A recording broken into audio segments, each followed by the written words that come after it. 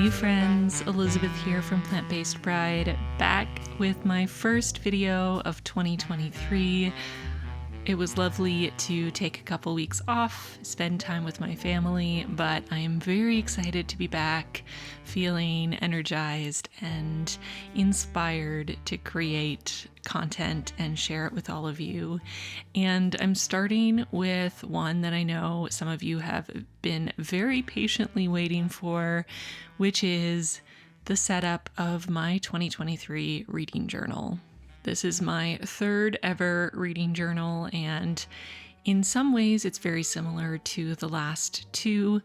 I feel like with each iteration of my reading journal, I'm slightly shifting what I'm doing to better suit my needs, and each time I'm even happier with the result. So I'm excited to share this setup with all of you, and hopefully you'll enjoy it and get some ideas for spreads to do in your own reading journal or in your bullet journal if you don't do a separate journal for your reading.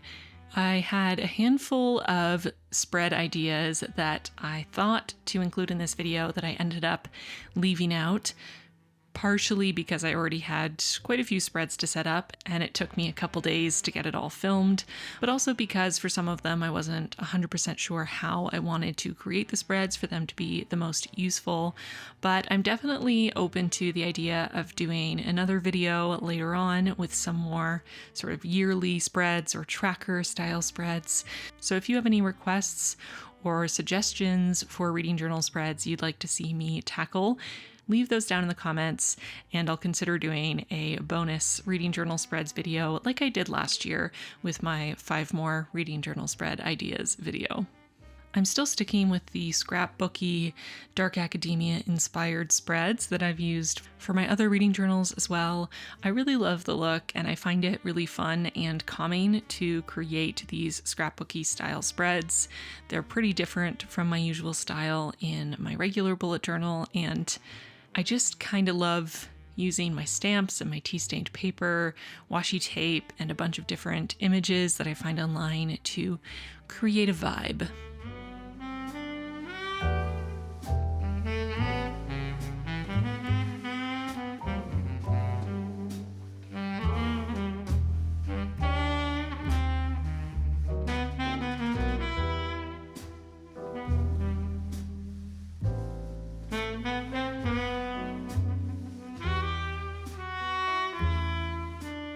For the first time, I'm trying out my clear stamps. I've had a bunch of sets from Archer and Olive for over a year, since whenever it was that they first started releasing these.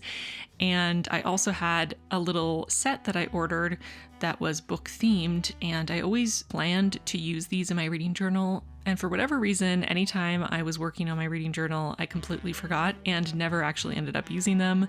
But this time I remembered and I pulled them out, and I decided to use a combination of the various leaves and flowers and things from this set from Archer and Olive, and also some of these bookish stamps. As always, I'll link everything I'm using in the description box down below. But these clear stamps are super easy to use. All you have to do is peel the stamp off of the plastic backing, stick it onto a clear plastic block, and then just stamp it in ink and then onto your page as per usual. To try to keep them clean, I was just wiping the stamp itself with a paper towel after every use and then just putting it right back on the backing. And that's the first spread done. The inner cover. This is no function, just vibes.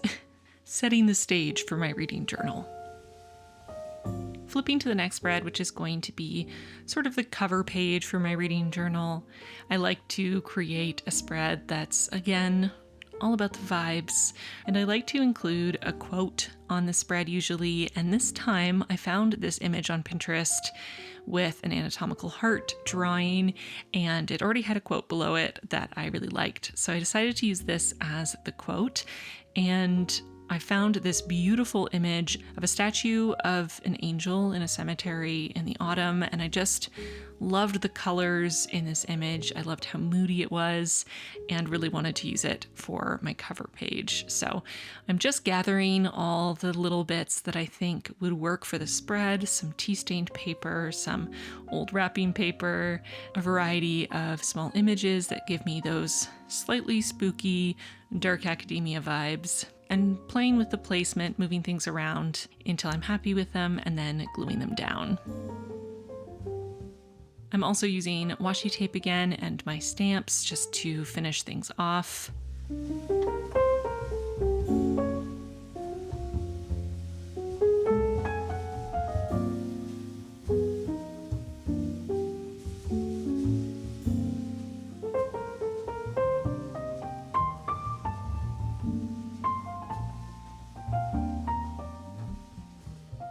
Touching up any of the areas that maybe didn't quite transfer with my stamp, and just adding a final few details with my Secure Micron.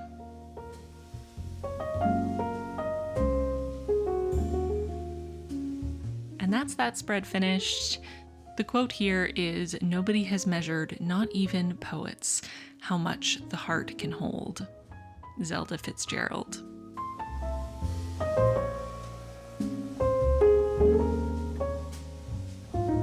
Flipping to the next spread, my index, and again starting with a variety of papers to use for backgrounds, that sort of scrapbooky feel, some tea-stained paper, some scans of old books that I printed.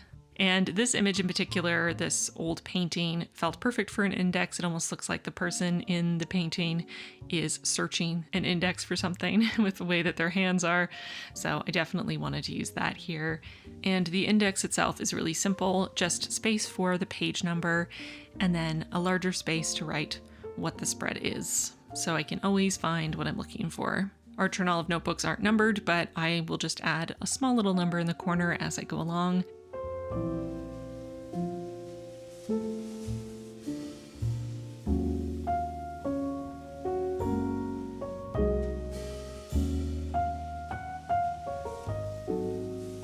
This is a very simple spread, but I really love how it turned out, especially with that piece of an old book at the top. I just love how that looks.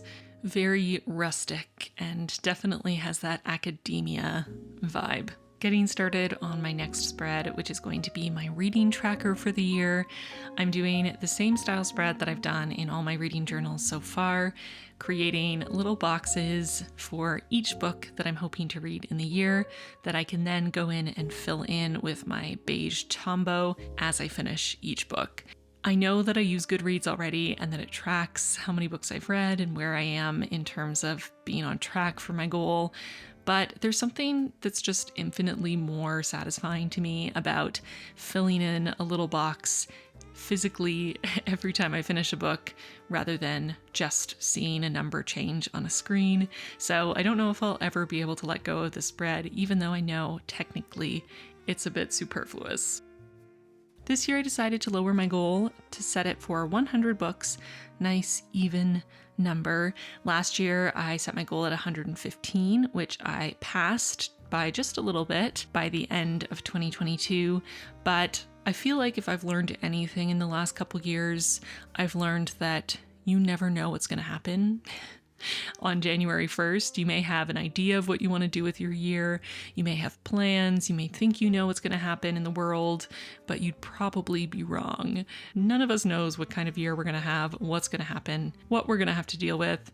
So I'd rather set my goal a little lower to something manageable. For me, 100 books in a year is very manageable. Just under 2 books a week for the whole year, which is pretty much my standard reading pace.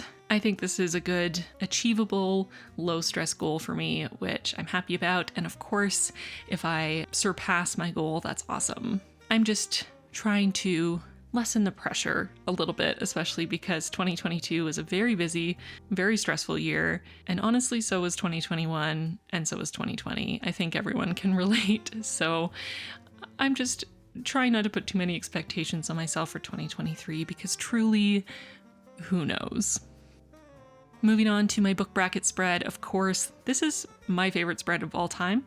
In my reading journals, my favorite spread that I've done. I love it. If you want to see how I use my book bracket spread, I'll link my video where I filled out my 2022 book bracket down below. That was one of my last videos of the year before I took my break over Christmas. And this spread is all about determining your favorite book of the year for those of us who are incredibly indecisive or read enough books that it becomes very challenging to pick a favorite. This spread really helps narrow things down to one ultimate favorite, and so far, in my experience, it's done a great job of helping me pick a book that is so worthy of being my favorite of the year.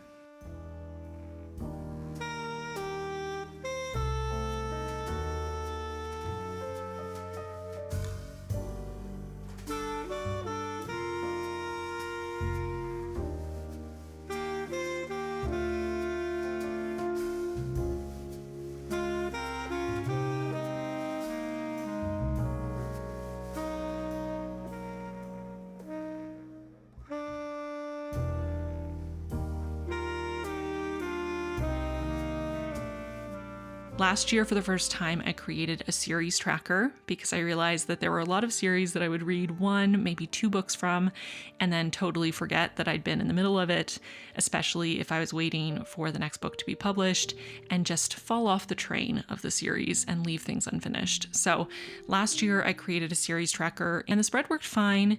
I didn't love how it looked particularly, and I didn't feel like it was the most practical in the way that I decided to sort of indicate that I'd read a book. It made it hard to see exactly which of the series I had read. So I wanted to shift some things. And then one of my patrons shared some of their spreads from their reading journal setup back in December, and I loved how they did their series tracker, and it gave me an idea for how I could rework mine to work better for me. So this is definitely inspired by my patron. I love how we can all share our spreads in the Discord and inspire each other, help each other when we're struggling with what to do with a spread or feeling at a loss.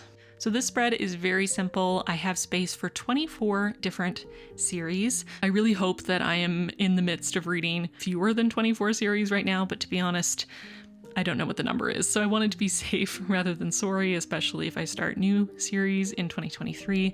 I wanted to have space for everything.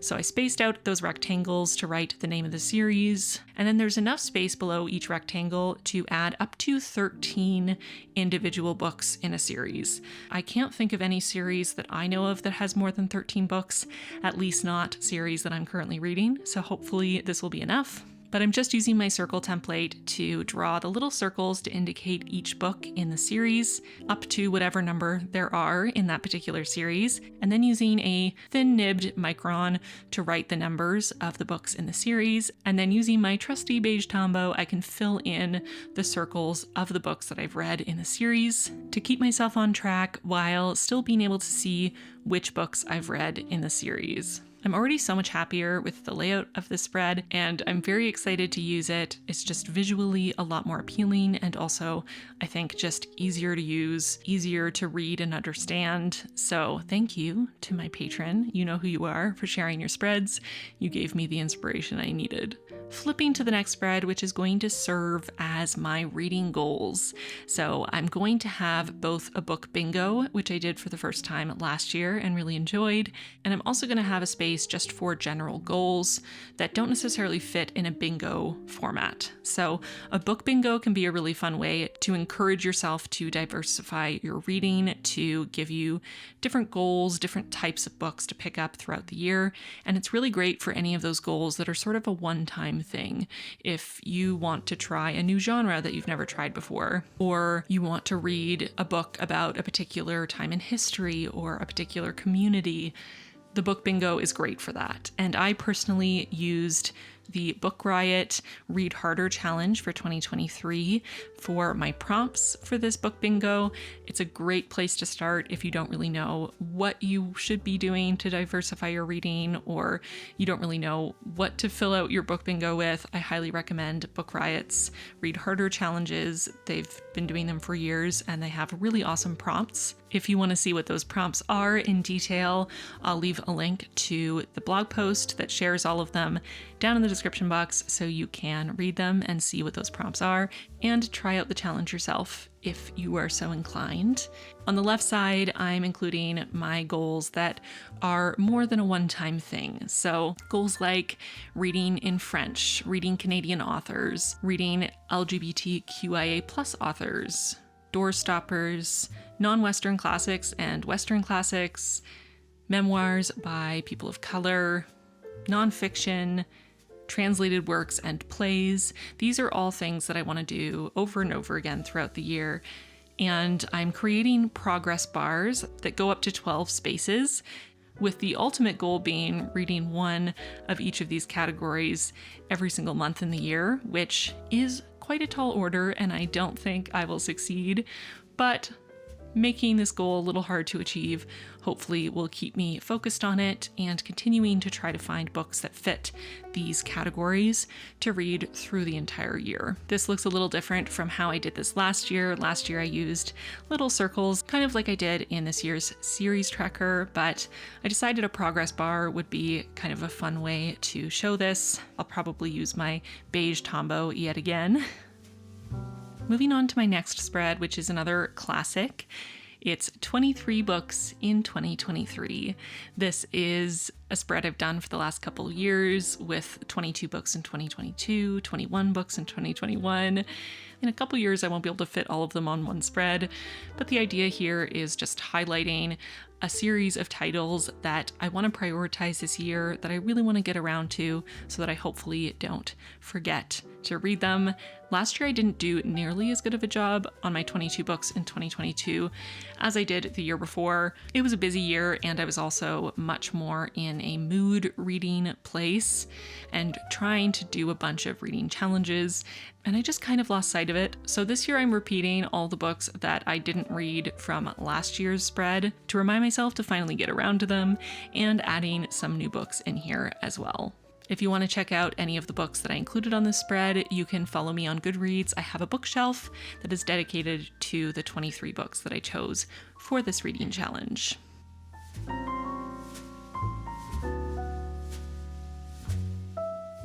And now it's time for the final spread I'm setting up in this video, which is my Reading Around the World spread.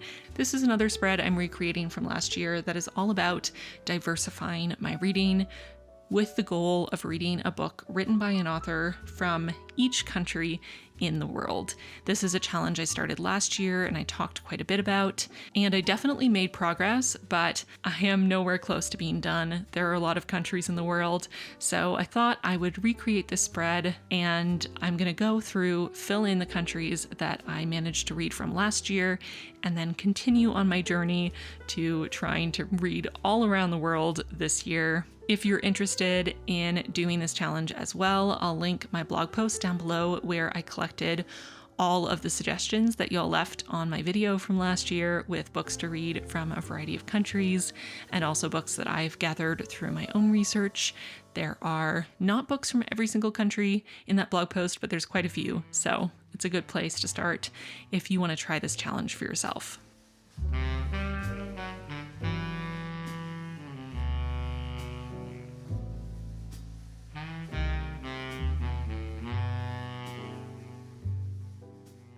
And that's it for this setup. I'll do a flip through of all the spreads for you so you can see them here.